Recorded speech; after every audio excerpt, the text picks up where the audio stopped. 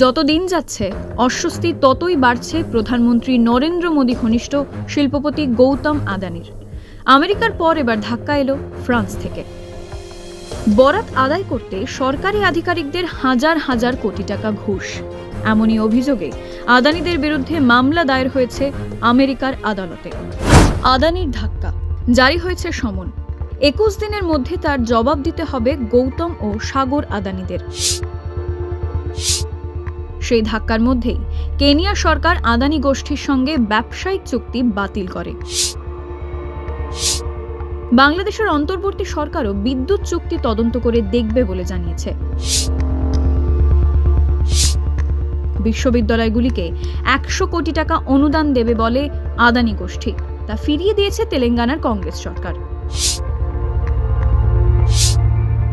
এর মধ্যেই খবর, ঘুষের অভিযোগের সমাধান না হওয়া পর্যন্ত আদানিদের কোনো সংস্থায় আর পুঁজি ঢালবে না দীর্ঘদিনের সহযোগী টোটাল এনার্জিস।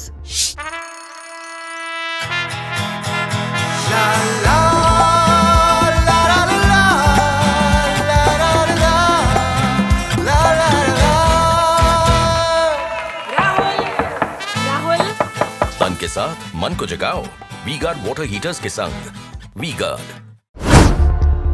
আদানি গোষ্ঠীতে বিদেশি লগ্নিকারী সংস্থাগুলির মধ্যে একেবারে প্রথম দিকে প্যারিসের টোটাল এনার্জিস। এনার্জি সেক্টরে তার পরিচিতি বর্দা বা বিগ ব্রাদার নামে।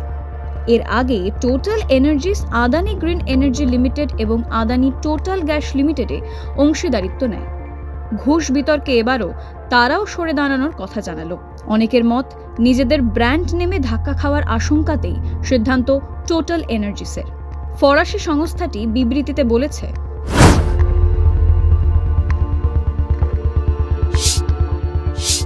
অভিযোগের লক্ষ্য আদানি গ্রিন এনার্জি বা আদানি গ্রিন এনার্জি সম্পর্কিত কোনো সংস্থা নয়। তবে যতক্ষণ পর্যন্ত আদানি গোষ্ঠীর কর্তারা ওই অভিযোগ থেকে ক্লিনচিট পাচ্ছেন, ততক্ষণ আদানি গোষ্ঠীর কোনো সংস্থায় টোটাল এনার্জিস নতুন করে লগ্নি করবে না। এই ঘটনার অভিঘাতে 8% পর্যন্ত পড়ে যায় আদানিদের বিভিন্ন সংস্থার শেয়ার দর। একসময় আদানি গ্রিন এনার্জির দর পড়ে 11%, বিপাকে পড়ে আদানি গোষ্ঠী। আশঙ্কা তৈরি হয়, টোটালের পথ যদি বাকিরাও অনুসরণ করে তাহলে সর্বনাশ। তড়িঘড়ি গোষ্ঠী জানায়, তাদের হাতে যথেষ্ট নগদ রয়েছে, মুনাফাও এতটাই যে ঋণ শোধ করেও ব্যবসা বৃদ্ধির টাকা থাকবে। ফলে চিন্তার কারণ নেই, বাইরের কোনো লগ্নি ছাড়াই তারা এগিয়ে যেতে সক্ষম।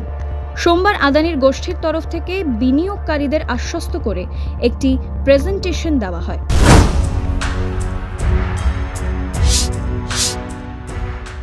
সেখানে আদানি গ্রুপ দাবি করে যে তাদের হাতে আগামী 28 মাসের ঋণ শোধ করার মতো পর্যাপ্ত নগদ অর্থ মজুত আছে। ফলে টাকা মার যাওয়ার সম্ভাবনাই নেই। আদানি গ্রুপের সবকটি সংস্থা মিলিয়ে এই মুহূর্তে হাতে নগদের পরিমাণ 53,024 কোটি টাকা,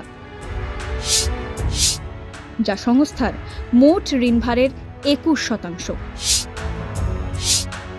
পরিস্থিতি যাই হোক, বিনিয়োগকারীদেরই অগ্রাধিকার। আমেরিকা থেকে আসা সমন নিয়ে তৈরি হয়েছে ধন্দ।